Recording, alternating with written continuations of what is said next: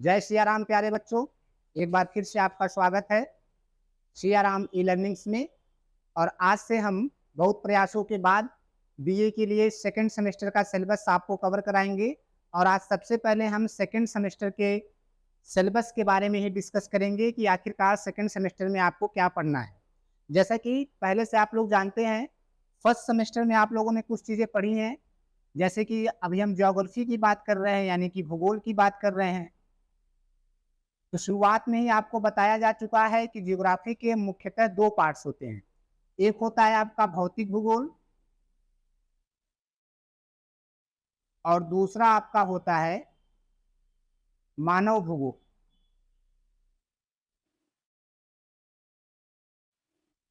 पूरे ज्योग्राफी को हम इन दो भागों में बृहद रूप से डिवाइड कर सकते हैं। तो भौतिक भूगोल के बारे में आप लोगों ने फर्स्ट सेमेस्टर में पढ़ा और उसमें आप लोगों ने जाना कि भौतिक भूगोल के अंतर्गत जितनी भी फिजिकल चीजें हैं, पृथ्वी से रिलेटेड या अर्थ से रिलेटेड या हमारे इन्वायरमेंट से रिलेटेड, उन सभी चीजों का अध्ययन हम लोग भौतिक भूगोल के अंतर्गत छोटे स्तर पर कर चुके हैं। आगे हम लोग इसको और बृहद स्तर पर और बड़े लेवल पर पढ़ेंगे। लेकिन अब आपको सेकंड सेमेस्टर में आप लोग पहुंच चुके हैं और सेकंड सेमेस्टर में आपको ज्योग्राफी का द्वितीय पार्ट या दूसरा भाग मानव भूगोल का अध्ययन करना है। और यही मानव भूगोल आपको पूरे सेमेस्टर यानी कि सेकंड सेमेस्टर में 6 महीने की पढ़ाई आपको करनी है। तो मानव भूगोल में क्या पढ़ना है, या मानव भूगोल में आपको मानव भूगोल का मुख्यतः सिलेबस क्या है, मानव भूगोल में क्या क्या चीजें दी गई हैं। तो सबसे पहले हम उसके सिलेबस के बारे में ही आज डिस्कस करेंगे कि आखिरकार मानव भूगोल क्या है और मानव भूगोल में हम लोग क्या क्या चीजें पढ़ने वाले हैं। तो सबसे पहले ऊपर लिखा है topic of human geography semester second, यानी सेमेस्टर सेकंड में आपको ज्योग्राफी में थ्योरी के रूप में जो आपका पेपर होने वाला है वो ह्यूमन ज्योग्राफी का होने वाला है। और ह्यूमन ज्योग्राफी के सिलेबस के बारे में अगर हम बात करें तो यहाँ पर सिलेबस लिखा गया है इंग्लिश लैंग्वेज जो सिलेबस लिखा गया है, इसीलिए हम इस सिलेबस को डिस्कस करेंगे कि आखिरकार सिलेबस में है क्या। तो हिंदी मीडियम वाले जो छात्र हैं या हमारे हिंदी के जो प्यारे छात्र हैं वो ध्यान से देखेंगे और मेरे शब्दों पे ध्यान देंगे और अपने नोट्स पे सिलेबस को हिंदी में लिखते चलेंगे। हम एक एक शब्द का आपको हिंदी भी बताते चलेंगे और उसका मीनिंग भी बताते चलेंगे। तो चलिए शुरू करते हैं। सबसे पहला सबसे पहली बात तो यही है कि आपके पूरे सिलेबस को 8 यूनिट में डिवाइड किया गया है और पूरे सिलेबस में 8 यूनिट को हम लोग बारी बारी से देखेंगे, जिसमें आपका सबसे पहला यूनिट है यूनिट फर्स्ट। और यूनिट फर्स्ट में आपको पढ़ना है meaning and scope of human geography, यानी कि मानव भूगोल का अर्थ और विषय क्षेत्र। मीनिंग का मतलब आप सभी लोग जानते हैं अर्थ, और स्कोप का मतलब होता है विषय क्षेत्र। अर्थात इस पहले चैप्टर में हम लोग मानव भूगोल के अर्थ के बारे में, यानी मानव भूगोल है क्या, मानव भूगोल का अर्थ क्या है, और उसके विषय क्षेत्र यानी स्कोप, अर्थात मानव भूगोल में क्या क्या चीजें आपको पढ़नी है या कौन कौन चीजों के बारे में अध्ययन करना है। तो ये पहला चैप्टर होगा, इसको हम लोग चैप्टर वाइज डिटेल से पढ़ेंगे सिलेबस को डिस्कस करने के बाद। उसके बाद इसमें आपका दूसरा टॉपिक है concept and nature of human geography. फिर से मानव भूगोल का कंसेप्ट यानी मानव भूगोल किन सिद्धांतों पर कार्य करता है और उसके साथ साथ मानव भूगोल का नेचर कैसा है या प्रकृति क्या है। दोनों लगभग एक ही चीजें हैं, लेकिन हम पढ़ाते हुए तो इसमें आपको डिफरेंसेस बताएंगे। तो concept and nature of human geography, मानव भूगोल के सिद्धांत और प्रकृति। नेक्स्ट आपका इसमें टॉपिक है development of geographical understanding in India with special reference to Puranas, यानी कि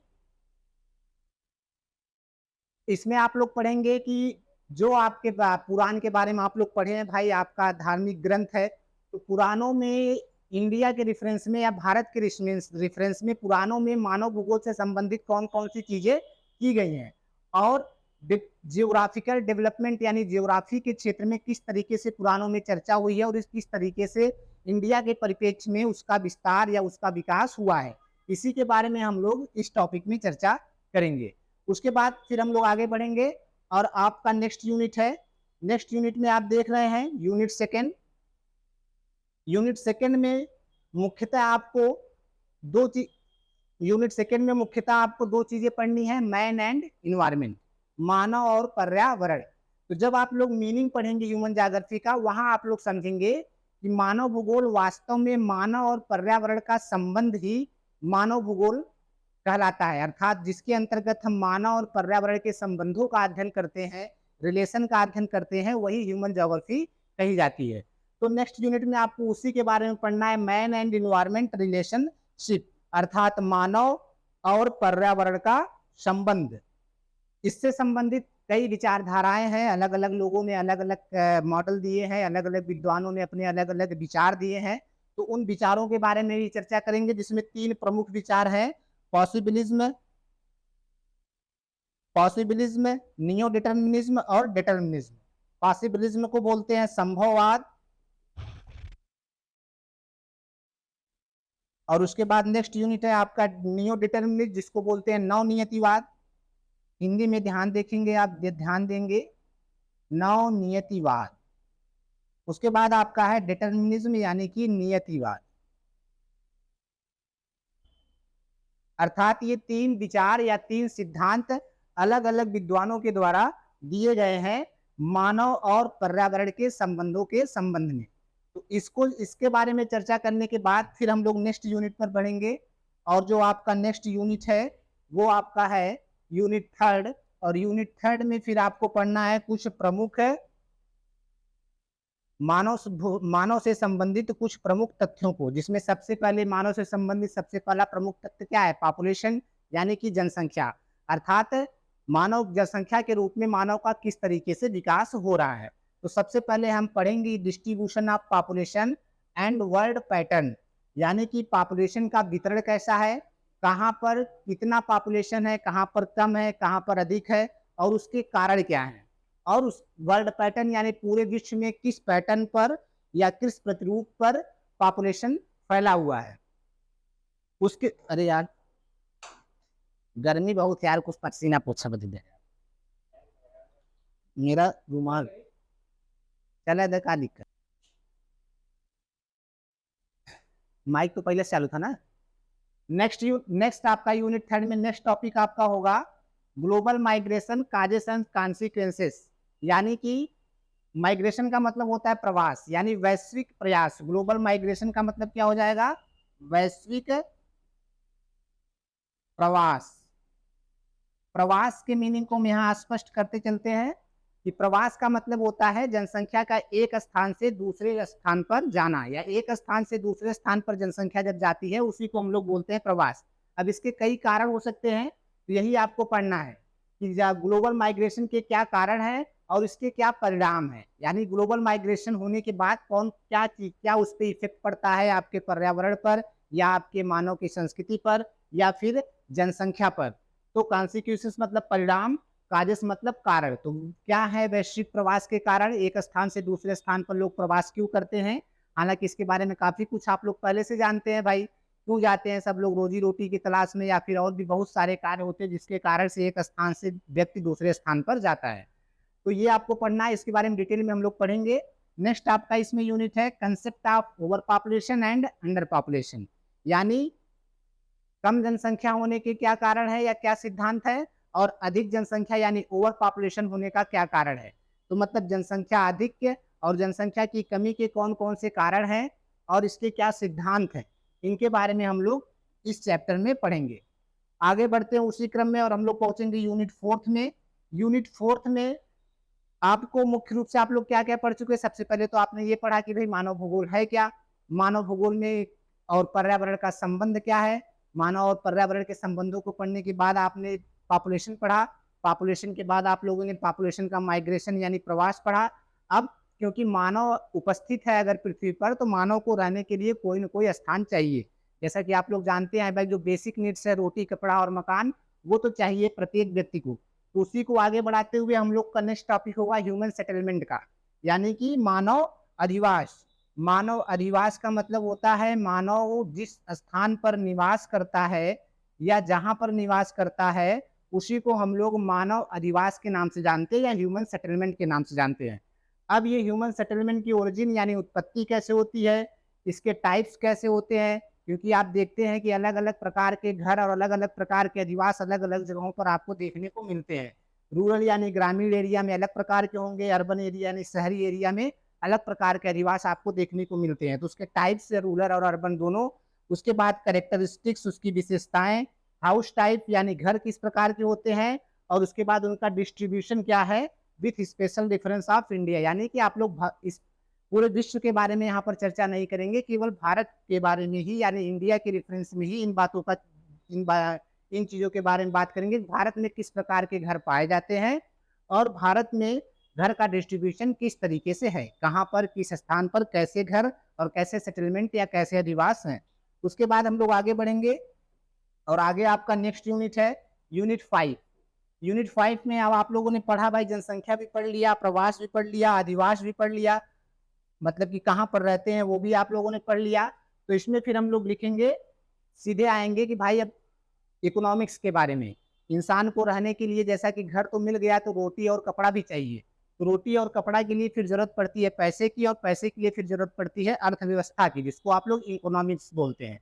तो सबसे पहले हम लोग इसमें पढ़ेंगे यूनिट 5 में पहला चैप्टर प्रिमिटिव इकोनॉमिक्स, यानी प्रिमिटिव इकोनॉमिक्स मतलब प्राचीन अर्थव्यवस्था या प्राचीन आर्थिक भूगोल भी आप कह सकते हैं, कि प्राचीन समय में जब मानव सभ्यता का उदय हुआ तब कैसे मानव अपने जीवन यापन के लिए अलग अलग चीजों को इकट्ठा करता था, या उनको कह सकते हैं कि आप अर्थ के रूप में उनका इस्तेमाल करता था। तो इसमें कुछ प्रमुख टॉपिक हैं, जैसे फूड गैदरिंग, भोजन इकट्ठा करने के लिए वो कैसे करते थे प्राचीन समय में, हंटिंग यानी कि शिकार, या उसके बाद पोस्टरल हर्डिंग, यानी कि हर्डिंग मतलब होता है चारागाह, यानी कि अलग अलग तरीके से भाई आप देखते हैं कि पशुओं को चराने के लिए हर्डिंग की व्यवस्था की जाती है। उसके बाद फिशिंग यानी कि मत्स्य पालन, मछली पकड़ के भी लोग भोजन का इस्तेमाल करते थे, मछली का भी आज भी आप लोग मछली का इस्तेमाल भोजन के रूप में करते हैं। लंबरिंग यानी कि भेड़ पालन, और उसके बाद प्रिमिटिव एग्रीकल्चर यानी प्राचीन कृषि। तो इन चीज़ों के बारे में हम लोग बारी बारी से इन चीज़ों का प्रयोग हम लोग इकोनॉमिक्स के तौर पर करते थे, जिसको हम लोग प्रिमिटिव इकोनॉमिक्स नामक चैप्टर में डिटेल से टॉपिक वाइज पढ़ेंगे। उसके बाद आपका नेक्स्ट यूनिट आएगा यूनिट 6। यूनिट 6 में आपको मुख्य रूप से cultural region, cultural diffusion, race, religion और लैंग्वेज, अर्थात जब मानव की उत्पत्ति हो जाती है तो मानव अपने अगल बगल एक अलग संस्कृति का निर्माण करता है, जिसमें आप लोग जानते हैं अलग अलग धर्म के लोग, अलग अलग जाति के लोग आपके समाज में रहते हैं। तो इन चीज़ों ये चीज़ें अस्तित्व में कैसी आई, और प्रमुख जाति या प्रमुख कह सकते हैं कि धर्म कौन कौन से हैं, इन चीज़ों के बारे में हम लोग इस चैप्टर में पढ़ेंगे कि कौन कौन से सांस्कृतिक रीजन है या सांस्कृतिक प्रदेश हैं, कल्चरल रीजन, कल्चरल डिफ्यूजन, या फिर अलग अलग कल्चर में डिफ्यूजन यानी उसका विस्तार किस तरीके से हो रहा है, उनका विस्तार कैसे हो रहा है। रेस, रेस यानी कि जाति, रिलीजन मतलब धर्म, लैंग्वेज मतलब भाषा। जैसा कि आप लोग पहले से जानते हैं कि भाई भारत में अलग अलग जाति और अलग अलग धर्म के लोग रहते हैं, जिसके कारण से भारत में अनेक भाषाओं का कह सकते हैं कि उपयोग अपनी इच्छाओं का या कह सकते हैं कि आदान प्रदान करने के लिए किया जाता है। तो लैंग्वेज कौन कौन सी होते हैं, रिलीजन्स क्या है, रेस क्या है, इनके बारे में हम लोग यूनिट 6 में चर्चा करेंगे। आगे बढ़ेंगे इसी क्रम में, तो आपका यूनिट 7 यानी 7वां इकाई जो है, इसमें हम लोग पढ़ेंगे कुछ प्रमुख ट्राइब्स के बारे में, जिनसे मानव का कह सकते हैं कि विकास हुआ है। तो जो प्रमुख ट्राइब्स हैं, वर्ल्ड ट्राइब्स, पूरे विश्व में अलग अलग ट्राइब्स यानी जिसको आप लोग जनजाति बोलते हैं, ट्राइब्स का मतलब होता है जनजाति। अब अलग अलग विश्व के जनजातियों के बारे में हम लोग इस यूनिट में चर्चा करेंगे। तो कुछ प्रमुख जनजातियों के नाम लिखे गए हैं, जिसमें एस्किमो है, किर्गिज है, बुशमैन है, मसाई, शेमांग, पिग्मीज, ये कुछ प्रमुख है जनजातियों के नाम है। तो इन्हीं के बारे में आपको पढ़ना है कि ये किस क्षेत्र में अधिक मात्रा में पाए जाते हैं, और इनके जीवन यापन की पद्धति कैसी है, इनकी सांस्कृतिक स्थिति कैसी है और इनकी धार्मिक स्थिति कैसी है। तो अलग अलग जनजातियों के बारे में हम लोग इस चैप्टर में पढ़ेंगे।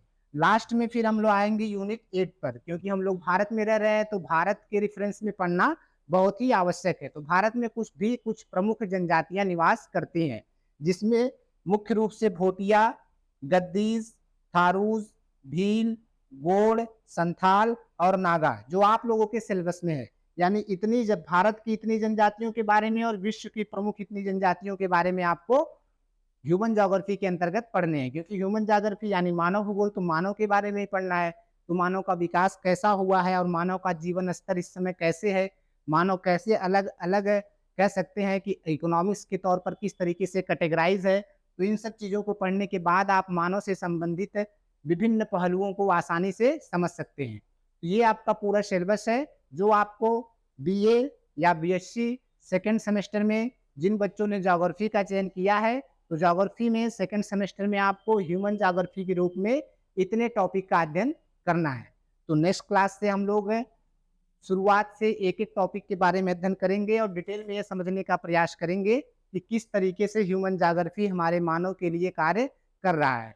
चलिए आज की क्लास में इतना ही, मिलते हैं अगली क्लास में। धन्यवाद।